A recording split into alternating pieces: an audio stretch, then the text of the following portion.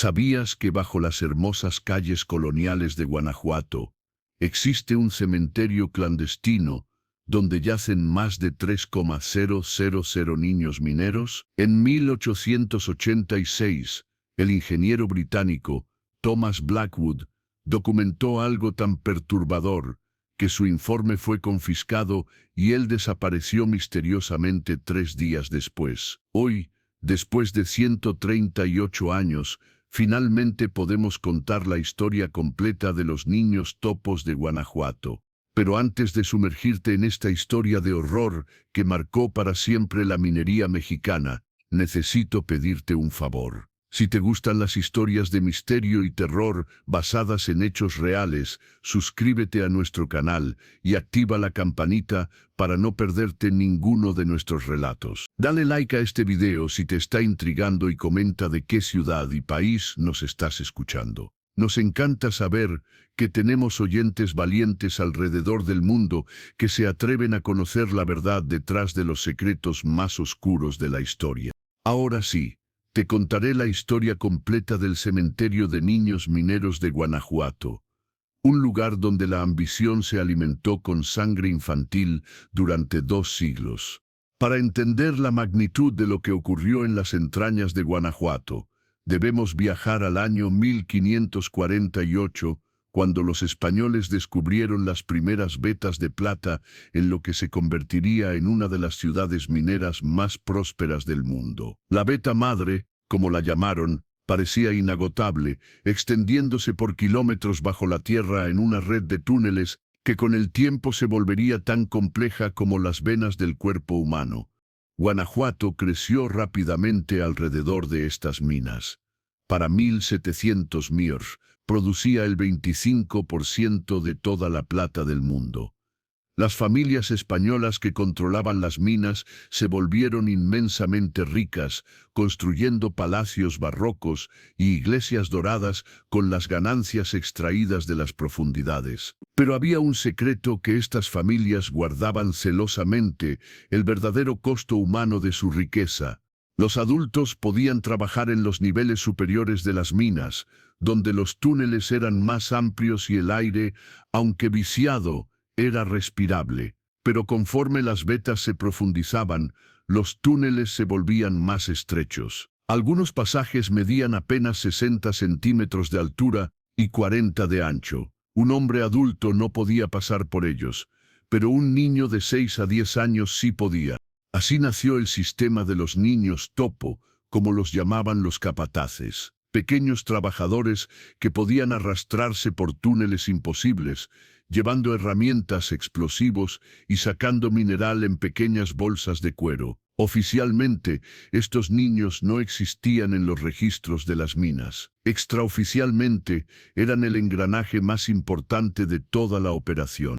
Don Alfonso Mendoza y Quirós, propietario de la mina La Valenciana, fue el primero en sistematizar el uso de niños en 1702. En sus diarios privados, descubiertos apenas en 1995 en una subasta en Madrid, escribía con frialdad empresarial: los pequeños son más eficientes que las mulas. Comen menos, se quejan menos cuando se les disciplina adecuadamente, y cuando mueren, no hay que dar explicaciones a nadie.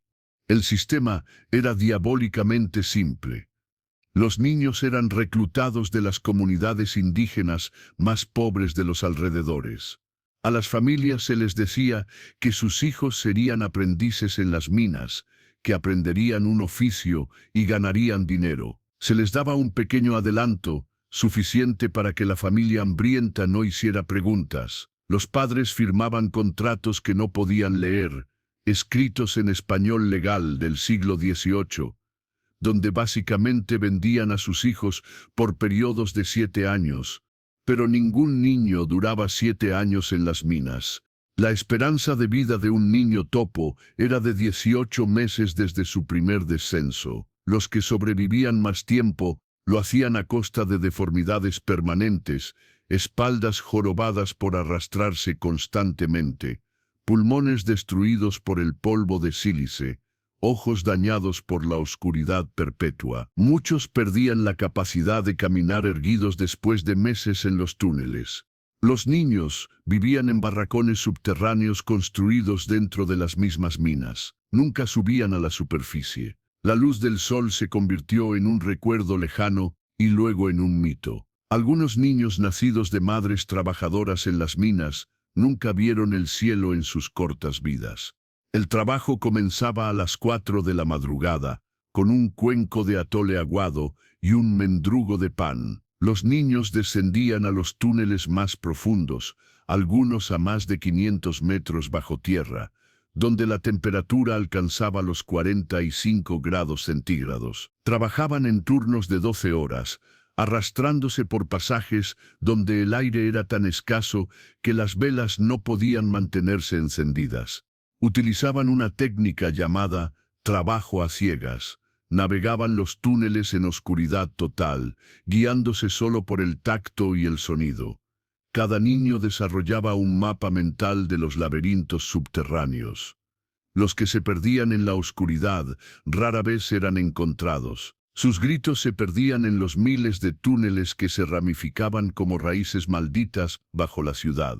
Los accidentes eran cotidianos, derrumbes que sepultaban a docenas de niños vivos, explosiones mal calculadas que los despedazaban, caídas en pozos verticales de cientos de metros, envenenamiento por gases tóxicos. Pero la causa más común de muerte era algo más lento y cruel: la silicosis, conocida como mal de mina. El polvo de sílice se acumulaba en los pequeños pulmones hasta que respirar se volvía imposible. Los niños morían ahogándose lentamente en su propia sangre.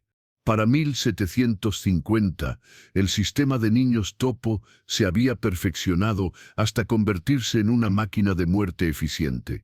Las 5 familias más poderosas de Guanajuato, los Mendoza, los Valenciana, los Otero, los Sardaneta y los Rull, controlaban el 80% de las minas y empleaban a más de 2,000 niños en cualquier momento dado. Desarrollaron un código secreto para referirse a sus operaciones. Los niños eran herramientas menores. Cuando morían, se decía que la herramienta se había oxidado. Los cuerpos eran material de desecho que debía ser procesado adecuadamente. Este lenguaje deshumanizante facilitaba la continuación del sistema. No estaban matando niños, estaban desechando herramientas rotas. Los cuerpos de los niños muertos presentaban un problema logístico. No podían ser enterrados en los cementerios normales porque eso dejaría un registro. No podían ser devueltos a las familias porque eso generaría preguntas y posibles revueltas. La solución fue crear cementerios clandestinos dentro de las mismas minas. Cámaras abandonadas fueron convertidas en criptas masivas. Los cuerpos se apilaban en nichos cavados en las paredes de roca, sellados con una mezcla de cal y adobe. Cada niño recibía una placa de metal con un número, no un nombre, solo un número de registro. Para 1800, había al menos 17 de estos cementerios subterráneos distribuidos por toda la red de minas de Guanajuato. El padre José María Cárdenas, un sacerdote jesuita asignado a dar servicios espirituales a los mineros, fue el primero en denunciar el sistema en 1767. En una carta dirigida al virrey, describía las condiciones como un infierno diseñado por el mismo Satanás. Escribió sobre niños de apenas 5 años arrastrando cargas que duplicaban su peso corporal, sobre pequeños que olvidaban cómo hablar después de meses en silencio forzado, sobre cuerpos tan deformados por el trabajo que no parecían humanos. La carta nunca llegó al virrey. El padre Cárdenas fue encontrado muerto en su celda 3 días después de enviarla. Oficialmente, murió de un ataque al corazón. Extraoficialmente, los mineros susurraban que había sido envenenado con mercurio, el mismo químico usado para procesar la plata.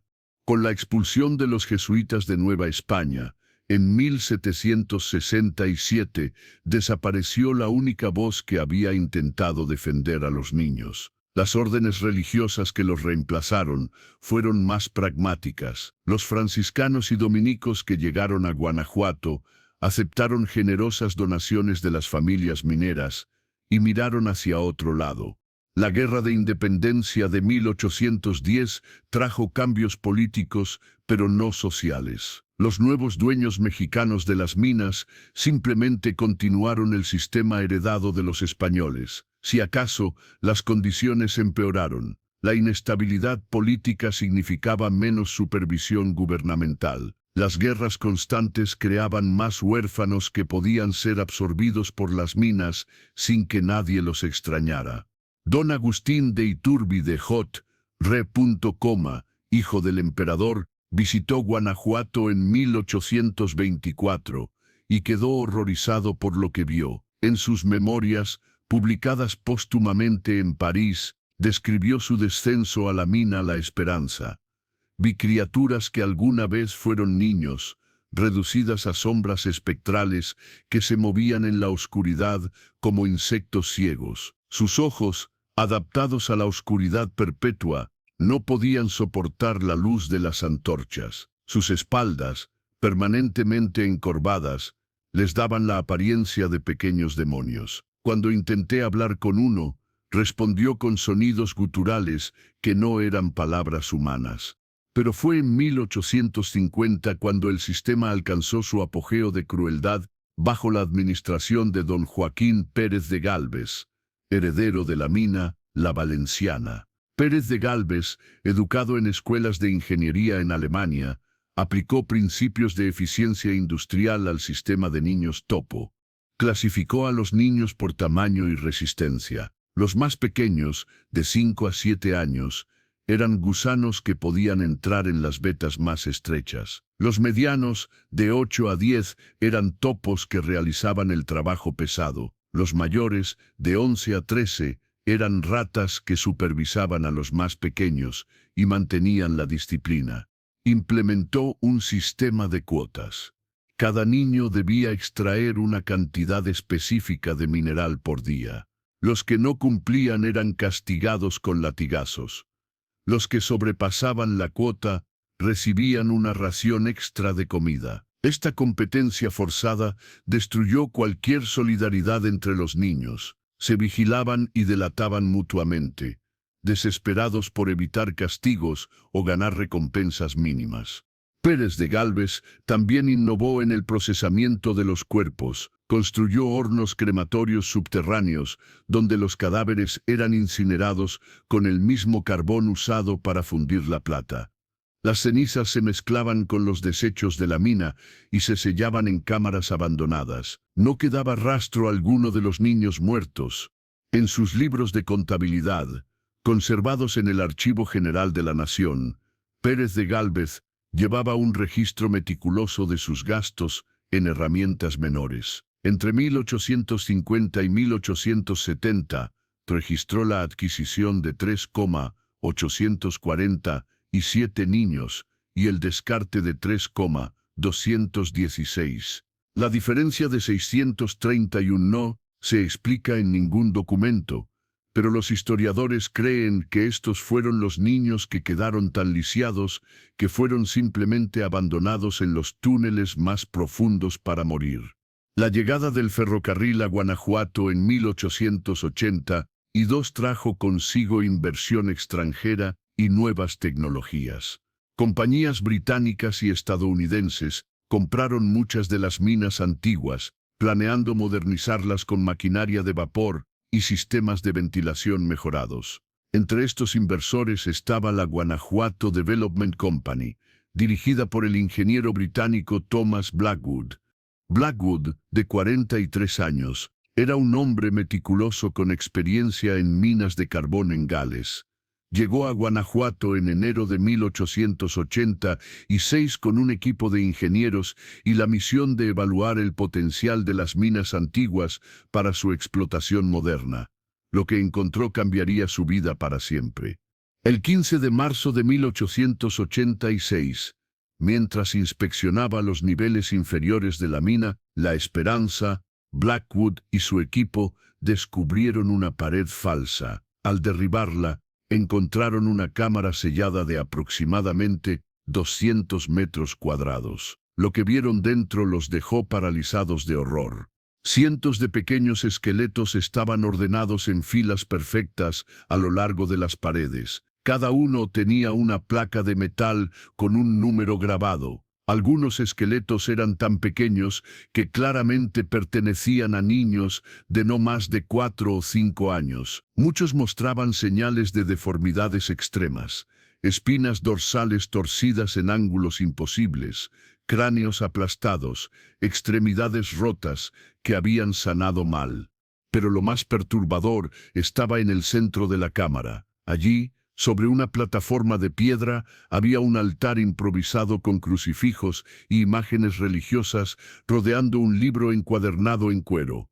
Era un registro detallado de cada niño enterrado en esa cámara. Nombres cuando los había, edades, fechas de adquisición, fechas de muerte, causa de muerte, número de placa asignado.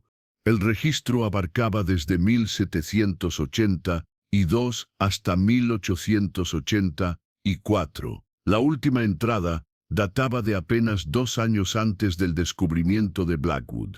Documentaba a 1,847 niños enterrados solo en esa cámara.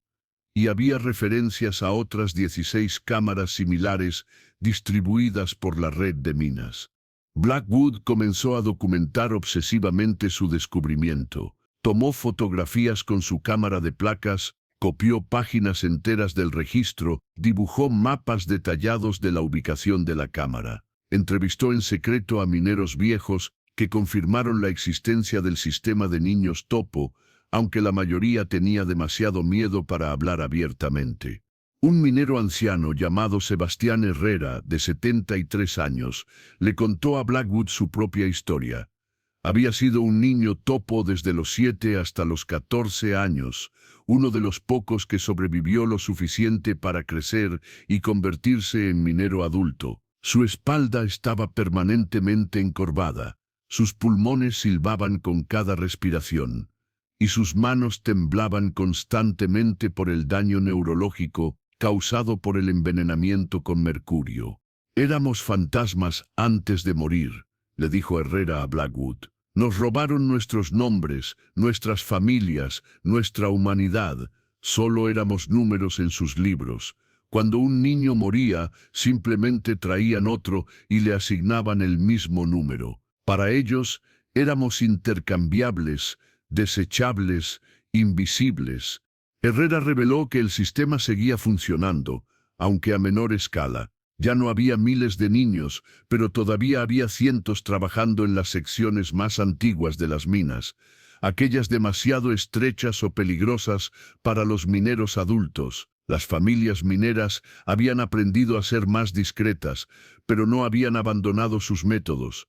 Blackwood estaba decidido a exponer este horror al mundo. El 20 de marzo de 1886 terminó su informe de 200 páginas detallando todo lo que había descubierto. Incluía fotografías, copias de documentos, testimonios, mapas. Era una acusación devastadora contra las familias más poderosas de Guanajuato y, por extensión, contra todo el sistema minero mexicano.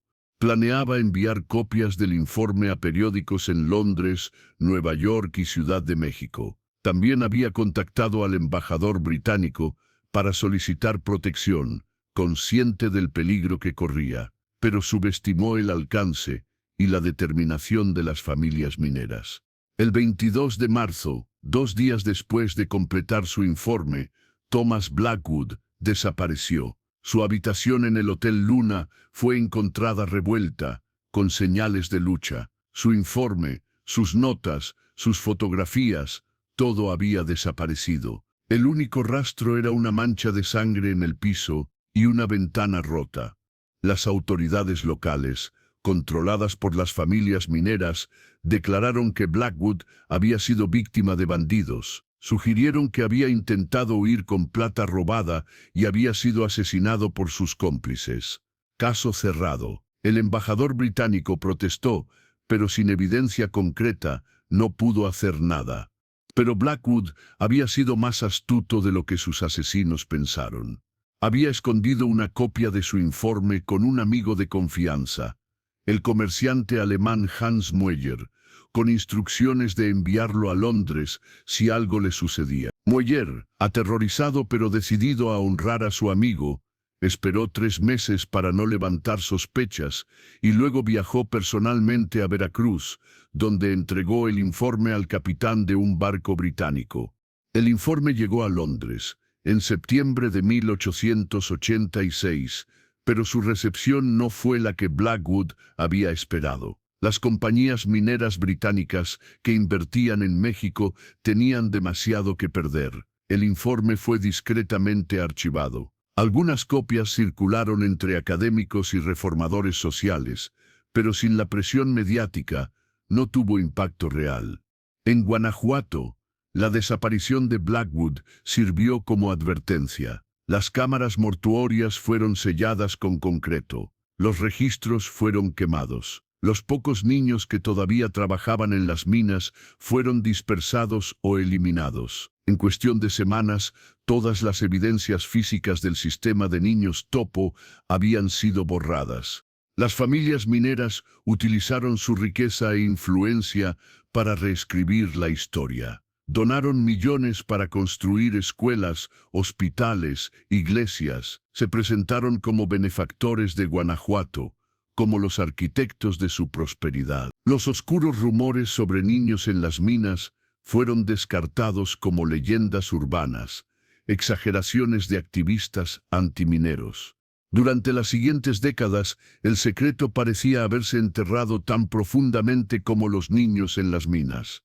La Revolución Mexicana de 1910 trajo otros horrores que opacaron los crímenes del pasado. Las 2 guerras mundiales desviaron la atención internacional. El boom económico de mediados del siglo XX sepultó las viejas historias bajo una avalancha de modernización. Pero los muertos no descansan fácilmente. En 1968, durante los trabajos de construcción para el túnel panorámico de Guanajuato, los obreros rompieron accidentalmente una de las cámaras selladas. Encontraron cientos de pequeños esqueletos, exactamente como Blackwood los había descrito 82 años antes. El gobierno, en plena crisis por la masacre de Tlatelolco, ordenó que el hallazgo se mantuviera en secreto. Los huesos fueron discretamente trasladados y enterrados en una fosa común sin marcar en las afueras de la ciudad. En 1985, un terremoto de magnitud 8,1 sacudió gran parte de México. En Guanajuato, aunque los daños superficiales fueron mínimos, el sismo causó colapsos en varias minas antiguas. De las grietas emergieron gases tóxicos que habían estado atrapados durante décadas y con ellos, según testigos, un olor nauseabundo a muerte antigua. Los mineros que descendieron a evaluar los daños reportaron haber encontrado más cámaras mortuorias, algunas con cientos de esqueletos infantiles todavía en posición, como si hubieran muerto mientras dormían. Pero nuevamente, las autoridades actuaron rápidamente para suprimir la información. Las minas fueron declaradas demasiado peligrosas y permanentemente selladas. No fue hasta 1995 cuando la verdad comenzó a emerger de manera innegable. La subasta en Madrid, donde se descubrieron los diarios de don Alfonso Mendoza y Quirós, atrajo la atención de historiadores internacionales. Los diarios, con sus descripciones clínicas del sistema de niños topo, confirmaban todo lo que Blackwood había reportado un siglo antes. La doctora Patricia Martínez Domínguez, historiadora de la Universidad de Guanajuato, lideró un equipo de investigación que pasó los siguientes 10 años reuniendo evidencias. Encontraron registros parroquiales con discrepancias masivas en las muertes infantiles. Descubrieron contratos de aprendizaje en archivos familiares privados.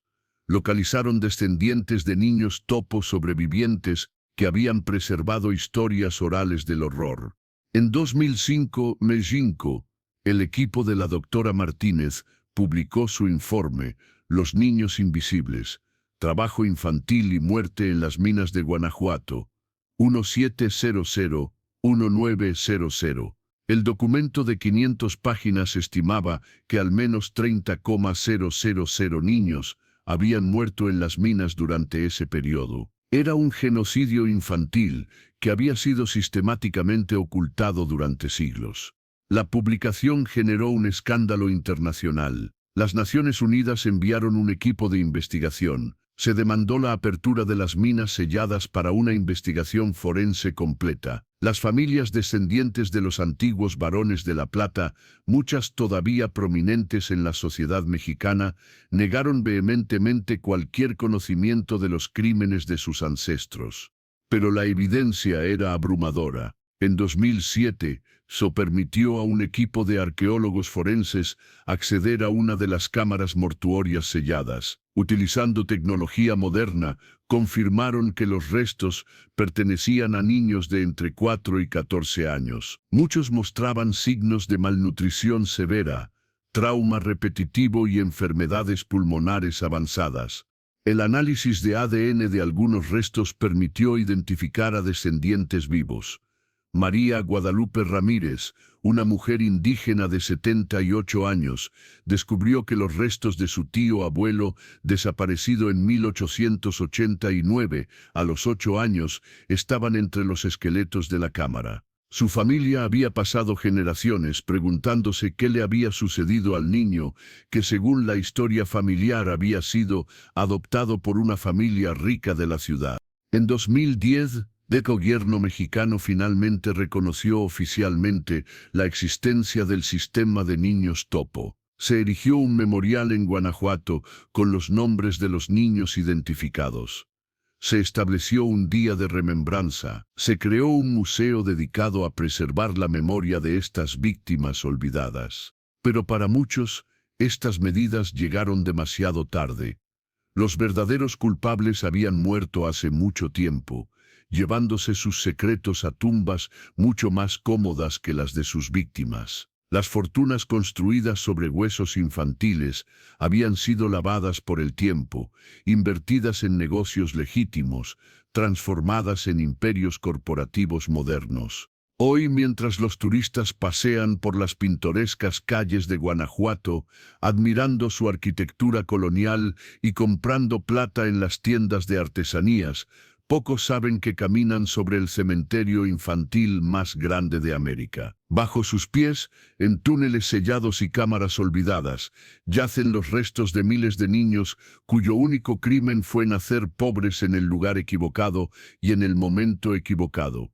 Los guías turísticos mencionan de pasada las leyendas de los niños mineros, presentándolas como parte del folclore local, como historias de fantasmas para entretener a los visitantes. Pero para quienes conocen la verdad, cada piedra de los hermosos edificios coloniales está manchada con sangre infantil. Cada gramo de plata extraído costó una vida joven. En las noches silenciosas, algunos habitantes juran que todavía se pueden escuchar los lamentos desde las minas selladas. Dicen que son los ecos de los niños topo, atrapados para siempre en la oscuridad, pidiendo que no los olviden. Los escépticos lo atribuyen al viento que sopla a través de las viejas estructuras mineras. Pero quienes han estudiado la historia saben que algunos ecos nunca se desvanecen. La mina La Valenciana sigue operando como atracción turística. Los visitantes descienden 60 metros para ver cómo era la minería colonial. Los guías hablan del ingenio de los ingenieros españoles, de la riqueza que generó la plata, del papel de Guanajuato en la economía mundial. Pero no mencionan los túneles más profundos, sellados con concreto hace décadas. No hablan de las pequeñas herramientas humanas que hicieron posible esa riqueza. El ingeniero Thomas Blackwood nunca fue encontrado. Algunos creen que su cuerpo fue arrojado a uno de los pozos más profundos de las minas, a más de 600 metros bajo tierra, donde nunca sería recuperado. Otros sugieren que fue disuelto en los tanques de ácido utilizados para procesar la plata. Su única tumba es su informe, preservado ahora en el Museo Británico. Un testimonio de su valentía al intentar exponer la verdad. Los descendientes de las familias mineras viven ahora en Ciudad de México, Monterrey, algunos en el extranjero. Han diversificado sus fortunas en bancos, bienes raíces, tecnología. Cuando se les pregunta sobre el pasado de sus familias, responden con vagueadas sobre el espíritu emprendedor y la contribución al desarrollo de México. Los niños topo no existen en sus historias familiares oficiales. Pero la verdad tiene una manera de persistir, de filtrarse a través de las grietas del olvido oficial. En los barrios pobres de Guanajuato, las abuelas todavía les cuentan a sus nietos sobre los niños que desaparecían en las minas. Les advierten que no se acerquen a las entradas selladas, no por miedo a los peligros físicos, sino porque los espíritus de los niños muertos podrían arrastrarlos a la oscuridad. En 2018, un grupo de espeleólogos ilegales logró entrar a una sección sellada de las minas a través de una grieta natural. Lo que encontraron y filmaron circuló brevemente en Internet antes de ser removido, una cámara intacta con cientos de pequeños esqueletos, algunos todavía con jirones de ropa, pequeñas herramientas oxidadas a su lado, y en las paredes grabados infantiles, dibujos toscos de soles que nunca volverían a ver, casas a las que nunca regresarían, madres que nunca volverían a abrazar. El gobierno declaró el video como falso, un montaje para dañar la imagen turística de Guanajuato. Pero quienes lo vieron antes de su eliminación describieron una experiencia que los marcó profundamente. No era solo la visión de los huesos lo que perturbaba, sino la escala, cámara tras cámara extendiéndose en la oscuridad, cada una llena de pequeños cuerpos olvidados. La doctora Martínez Domínguez continúa su investigación, ahora enfocada en rastrear a los descendientes de los niños desaparecidos. Ha creado una base de datos genética, esperando dar nombres a los sin nombre, historias a los olvidados. Pero es una tarea monumental. Por cada niño identificado, hay cientos que permanecerán por siempre anónimos, conocidos solo por los números grabados en sus placas mortuorias. En 2020, durante la pandemia de COVID-19, cuando Guanajuato quedó desierto de turistas, algunos lugareños reportaron fenómenos extraños. Luces que se movían en las minas selladas, sonidos de picos y palas donde no había nadie trabajando. Pequeñas figuras vistas brevemente en las entradas bloqueadas. Los racionalistas lo atribuyeron al estrés colectivo de la pandemia. Los creyentes dijeron que eran los niños topo, aprovechando el silencio para hacerse notar. Un párroco local, el padre Miguel Ángel Hernández, organizó una misa especial por las almas de los niños mineros. Durante la ceremonia, según testigos, todas las velas de la iglesia se apagaron simultáneamente, y en la oscuridad se escucharon claramente voces infantiles cantando una canción de cuna en náhuatl. Cuando las luces se reencendieron, había pequeñas huellas de pies descalzos en el polvo del piso, huellas que conducían desde la puerta hasta el altar, y luego simplemente desaparecían. El debate sobre qué hacer con las minas selladas continúa. Algunos proponen abrirlas todas, recuperar cada cuerpo, dar a cada niño un entierro digno. Otros temen que disturbar estos lugares podría desatar algo, no necesariamente sobrenatural, pero sí gases tóxicos, estructuras colapsadas, o simplemente más horror del que la sociedad puede procesar. Mientras tanto, el desarrollo económico continúa. Nuevos hoteles boutique se construyen en edificios coloniales restaurados. Restaurantes gourmet sirven reinterpretaciones modernas de la cocina colonial. Las joyerías venden plata con certificados de minería ética. Pero bajo toda esta prosperidad moderna, yace un secreto que no puede ser completamente enterrado. Porque los niños topo existieron. Sus pequeños cuerpos pueden estar perdidos en la oscuridad, pero sus historias están grabadas en la piedra misma de Guanajuato, Cada veta de plata cuenta una historia de sufrimiento infantil. Cada túnel abandonado es un testimonio silencioso de la crueldad humana. Cada fortuna colonial tiene sus cimientos en huesos pequeños. En 2022, un descubrimiento accidental volvió a traer el tema a la luz pública. Durante la renovación del Palacio de los Condes de Rull, uno de los edificios más emblemáticos de Guanajuato, los trabajadores encontraron un cuarto secreto detrás de una pared falsa. Dentro había documentos que habían sobrevivido milagrosamente durante más de 150 años.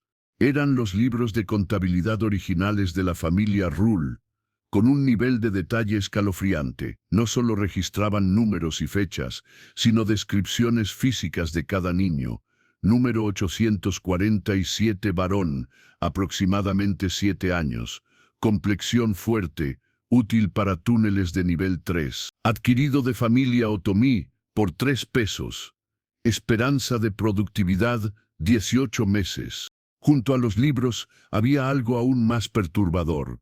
Daguerrotipos, las primeras fotografías de la historia. Imágenes borrosas pero identificables de niños parados en filas, sus rostros demacrados mirando a la cámara con ojos que habían visto demasiado. En el reverso de cada fotografía, una fecha y una anotación. Lote 23, mayo 1855, 12 unidades recibidas, 7 procesadas exitosamente. El hallazgo renovó el debate nacional sobre la responsabilidad histórica.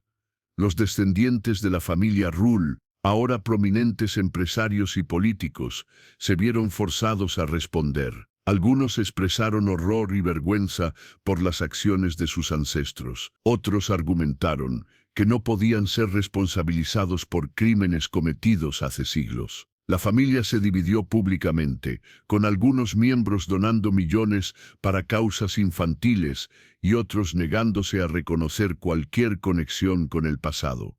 La controversia atrajo atención internacional. Historiadores de todo el mundo comenzaron a examinar sus propios archivos, buscando conexiones con el sistema de Guanajuato. Descubrieron que el modelo había sido exportado a otras regiones mineras de América Latina. Minas en Perú, Bolivia, Chile y Colombia habían implementado versiones similares del sistema de niños topo. Se estimó que en toda América Latina, durante el periodo colonial y el siglo XIX, al menos 200,000 niños habían muerto en las minas. Guanajuato había sido solo el ejemplo más documentado de un genocidio infantil continental que había financiado la riqueza de Europa y las élites coloniales. En 2023, un grupo de activistas organizó una protesta silenciosa en Guanajuato. 3.000 personas, una por cada niño confirmado muerto en las minas, marcharon por las calles coloniales, llevando velas y pequeños ataúdes simbólicos. La marcha terminó en la entrada sellada de la mina La Valenciana, donde dejaron flores, juguetes y cartas escritas por niños modernos a los niños del pasado. Una de estas cartas, escrita por Ana Sofía, de 8 años, la misma edad que muchos niños topo, decía: «Para los niños de la mina, siento mucho que nadie los salvara. Siento mucho que los adultos los lastimaran. Espero que ahora estén en un lugar con mucha luz y puedan jugar todo el día. No los olvidaremos, lo prometo». La carta de Ana Sofía se volvió viral, traducida a docenas de idiomas, compartida millones de veces. Capturaba algo que los informes académicos y las investigaciones forenses no podían: la simple tragedia humana de niños que nunca tuvieron la oportunidad de ser niños. Inspirados por la atención renovada, un grupo de arqueólogos y antropólogos forenses propuso un proyecto ambicioso: mapear completamente el sistema de túneles de Guanajuato, usando tecnología de escaneo láser y radar de penetración terrestre. El objetivo era localizar todas las cámaras mortuorias sin necesidad de abrirlas físicamente, creando un registro digital completo del cementerio subterráneo. Los resultados preliminares fueron asombrosos. El sistema de túneles era mucho más extenso de lo que se pensaba, extendiéndose por más de 200 kilómetros en total. Se identificaron al menos 47 cámaras mortuorias potenciales, muchas más de las 17 documentadas originalmente. Si cada cámara contenía un número similar de cuerpos, el total de víctimas podría superar los 10,000 solo en Guanajuato. Pero el descubrimiento más inquietante vino del análisis de los patrones de construcción. Los túneles no habían sido excavados al azar siguiendo las vetas de plata. Había secciones enteras que parecían haber sido construidas específicamente para albergar y ocultar a los niños trabajadores. Era una ciudad subterránea de la muerte, planificada y ejecutada con una precisión arquitectónica escalofriante. El doctor Roberto Cervantes, líder del equipo de investigación, declaró: "No estamos hablando de un accidente de la historia o un mal necesario de la época. Esto fue un sistema industrial de explotación y exterminio infantil, diseñado conscientemente y mantenido durante siglos. Es posiblemente el crimen contra la humanidad más prolongado y sistemático del que tenemos registro en las Américas". Las implicaciones legales comenzaron a surgir. Abogados de derechos humanos argumentaron que no había estatuto de limitaciones para crímenes de lesa humanidad. Propusieron demandas colectivas contra las corporaciones modernas que podían rastrear su riqueza hasta las minas de Guanajuato. Era un precedente legal sin paralelo. ¿Podían los crímenes del siglo XVIII tener consecuencias legales en el siglo XXI? Mientras los debates legales y académicos continuaban, en Guanajuato la vida cotidiana seguía su curso. Pero algo había cambiado. Los guías turísticos comenzaron a incluir la historia de los niños topo en sus recorridos, no como leyenda sino como hecho histórico. Las escuelas locales empezaron a enseñar sobre este capítulo oscuro del pasado. Los artesanos comenzaron a crear memoriales improvisados, pequeñas figuras de niños mineros en plata, con las ganancias destinadas a organizaciones de protección infantil. Un anciano minero retirado, don Joaquín Morales, de 89 años, cuyo abuelo había trabajado en las minas en la década de 1890, compartió una historia que había guardado durante décadas. Mi abuelo me contó que una vez, cuando era joven, escuchó cantos viniendo de una sección sellada de la mina. Eran voces de niños cantando canciones de cuna. Cuando se lo contó al capataz, este palideció y ordenó que nadie se acercara a esa área. Le dijo: "Los muertos cantan cuando van a reclamar justicia. Mejor no estar cerca cuando eso se sucede". La historia de don Joaquín no era única. Recopilando testimonios orales, los investigadores encontraron docenas de historias similares, transmitidas de generación en generación. Historias de apariciones infantiles en las minas, de voces que llamaban desde las profundidades, de pequeñas manos que tocaban a los mineros en la oscuridad. Fuera folclore o trauma colectivo manifestándose en narrativas sobrenaturales, estas historias habían mantenido viva la memoria de los niños topo cuando los registros oficiales intentaban borrarla.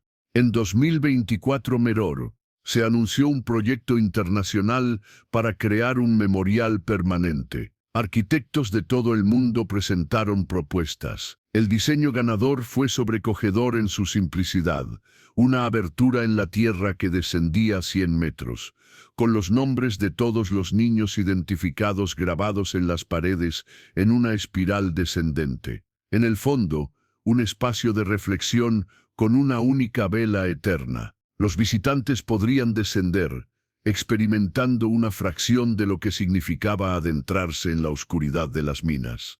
Pero mientras se planificaba el memorial, surgió una pregunta perturbadora. ¿Realmente había terminado? Investigaciones recientes en minas ilegales modernas habían encontrado evidencia de trabajo infantil continuado. No en la misma escala, no con la misma brutalidad sistemática, pero niños seguían muriendo en minas por todo México y América Latina. Los niños topo del siglo XVIII habían sido reemplazados por los niños mineros del siglo XXI, trabajando en condiciones apenas mejores, extrayendo los minerales que alimentan la tecnología moderna. La conexión entre pasado y presente se volvió innegable cuando se descubrió que algunas de las mismas familias que habían operado las minas coloniales ahora poseían intereses en operaciones mineras modernas. Los métodos habían cambiado, las leyes habían evolucionado, pero la explotación de los más vulnerables continuaba, solo que con mejor relaciones públicas. La doctora Martínez Domínguez, ahora de 73 años y considerada la mayor experta mundial en el tema, publicó su libro final en 2024, Los niños eternos del colonialismo al capitalismo, la explotación infantil en las minas de América. En él trazaba una línea directa desde los niños topo de Guanajuato hasta los niños que hoy trabajan en minas de cobalto en África, extrayendo los minerales para las baterías de nuestros teléfonos inteligentes. Hemos cambiado las velas por LEDs, los picos por taladros, las mulas por camiones, escribió, pero los niños siguen muriendo en la oscuridad para que otros vivan en la luz. La única diferencia es que ahora tenemos la capacidad de saber y elegimos no ver. Su libro causó controversia internacional, especialmente su capítulo final, donde listaba las corporaciones modernas que podían rastrear su riqueza hasta las minas coloniales de Guanajuato. Algunas compañías amenazaron con demandas, otras calladamente crearon fondos de compensación, pero el daño a sus reputaciones ya estaba hecho. En respuesta a la presión pública, el gobierno mexicano anunció en 2024 la apertura controlada de una de las cámaras mortuorias para investigación forense completa. Sería la primera vez desde el descubrimiento de Blackwood en 1886 que se realizaría una excavación arqueológica completa de uno de estos sitios. El equipo internacional incluía arqueólogos, antropólogos forenses, historiadores y psicólogos especializados en trauma histórico. También se invitó a representantes de las comunidades indígenas, cuyos niños habían sido las principales víctimas. El proceso sería completamente documentado, transmitido en vivo al mundo.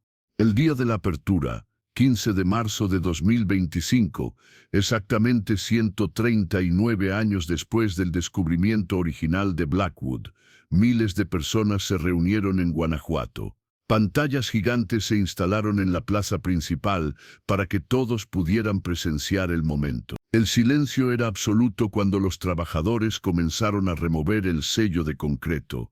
Lo que encontraron superó todas las expectativas y temores. La cámara, de aproximadamente 300 metros cuadrados, contenía los restos de más de 500 niños.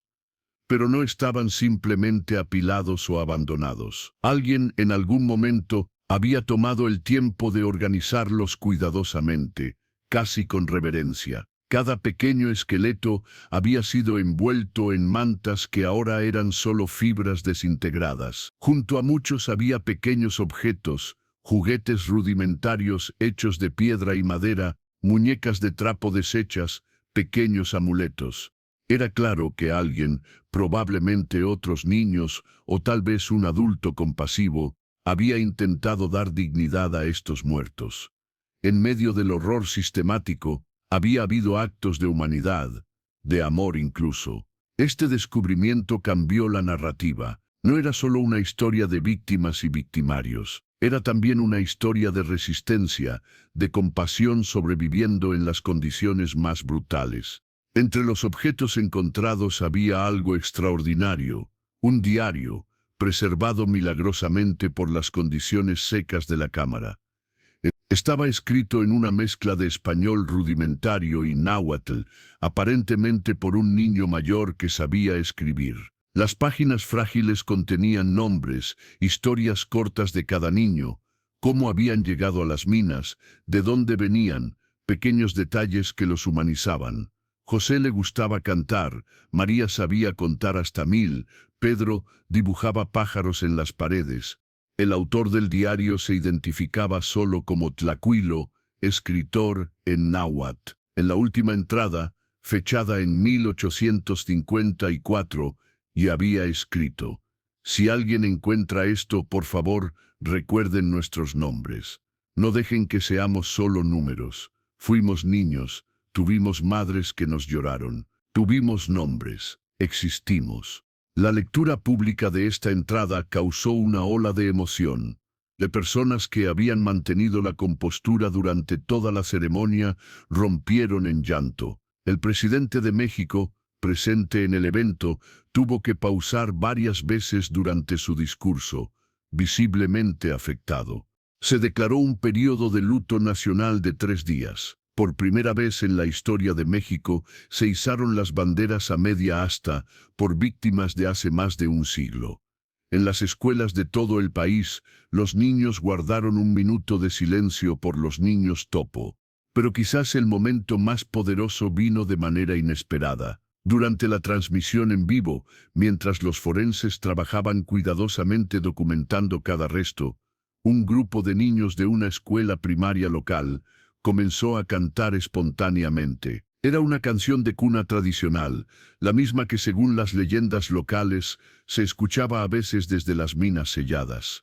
Otros niños se unieron, luego adultos, hasta que miles de voces cantaban juntas en la plaza. El sonido llegó hasta la cámara mortuoria, donde trabajaba el equipo forense. Varios de ellos, endurecidos por años de trabajar con tragedias históricas, tuvieron que detenerse, abrumados por el momento.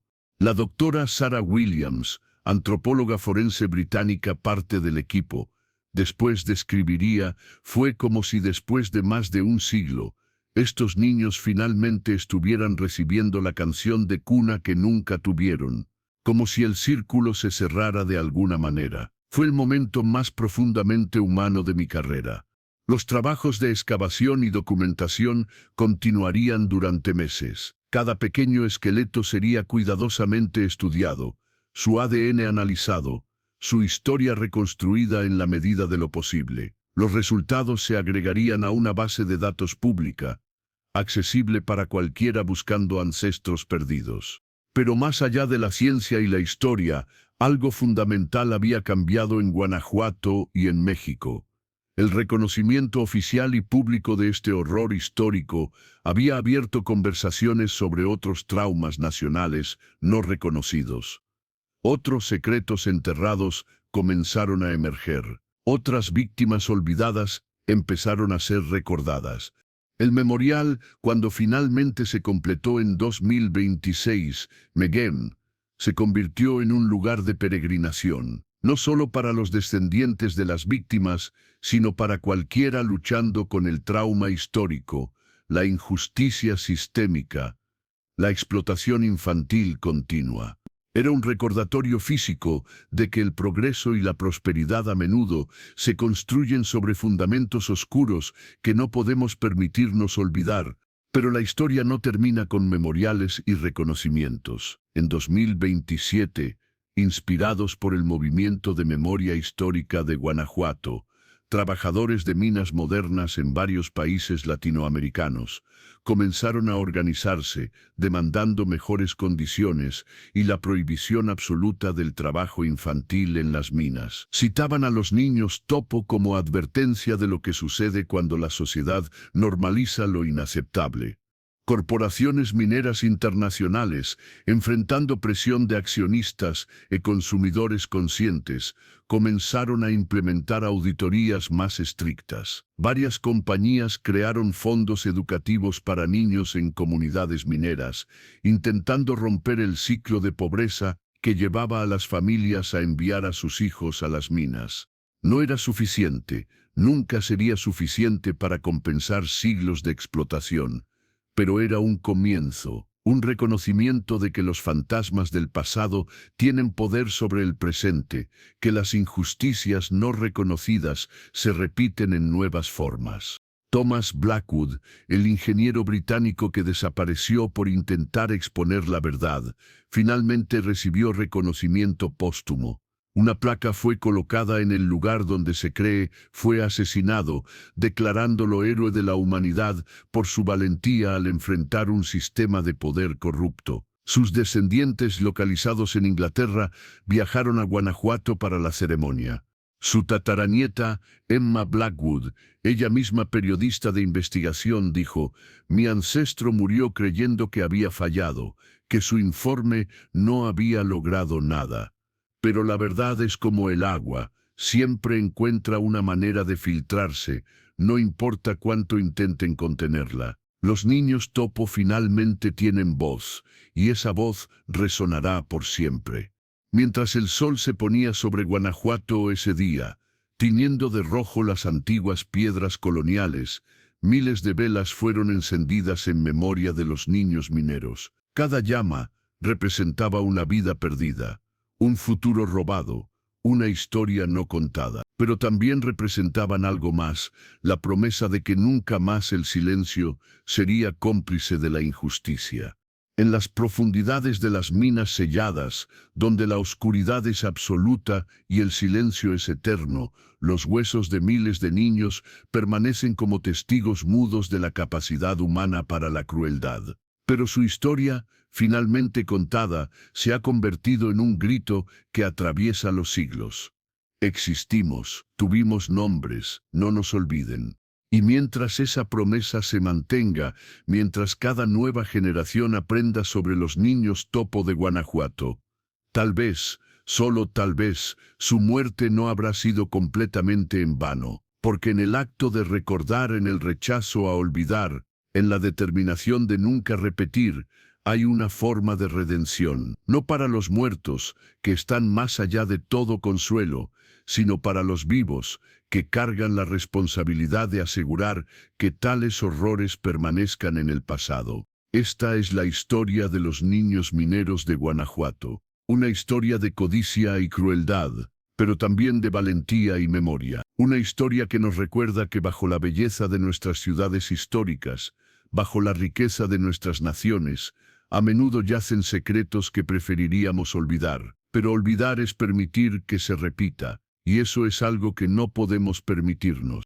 Los niños topo de Guanajuato no volverán a ver la luz del sol, pero su historia, finalmente expuesta a la luz, ilumina las sombras donde todavía hoy otros niños sufren en silencio. Y mientras su historia se siga contando, mientras su memoria se mantenga viva, hay esperanza de que algún día ningún niño tenga que morir en la oscuridad para que otros vivan en la abundancia. ¿Qué opinas de esta historia? ¿Crees que todos los secretos de las minas de Guanajuato han sido revelados? ¿O habrá más cámaras esperando ser descubiertas, más historias esperando ser contadas? La historia nos muestra que la verdad, por más que intenten enterrarla, siempre encuentra la manera de salir a la luz.